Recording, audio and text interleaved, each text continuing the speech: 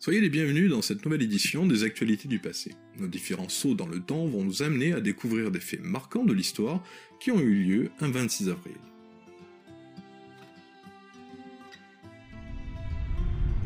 Eugène Delacroix est né le 26 avril 1798 à Charenton-Saint-Maurice. C'est un peintre majeur du mouvement romantique apparu en France au début du XIXe siècle.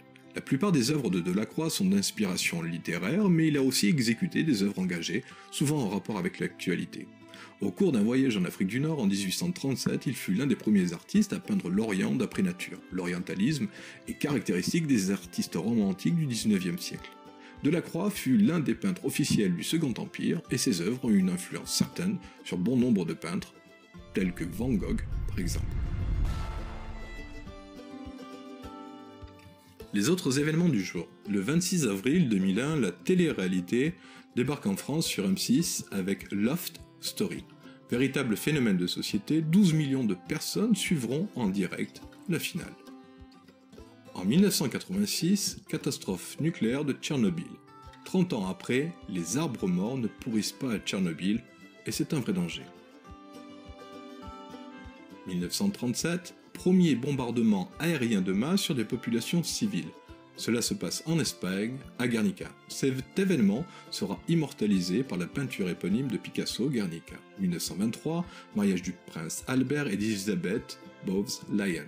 Surmontant ses bégaiements et ses réticences à devenir roi, il monta sur le trône sous le nom de George VI. 1803, chute de la météorite de l'Aigle en Normandie. Le ministère de l'Intérieur de l'époque envoie un astronome pour enquêter. C'est le début réel des études scientifiques des météorites. Et enfin, c'est un 26 avril 1575 que naît Marie de Médicis, future reine de France, suite à son mariage avec Henri IV.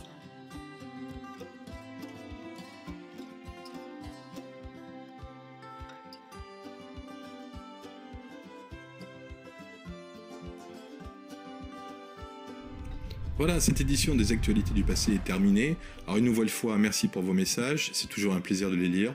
Merci aussi pour vos likes et vos partages. Permettez-moi aussi de vous souhaiter à toutes et à tous une merveilleuse journée et rendez-vous, si vous le voulez bien, dans nos prochaines éditions pour de nouveaux sauts dans le temps.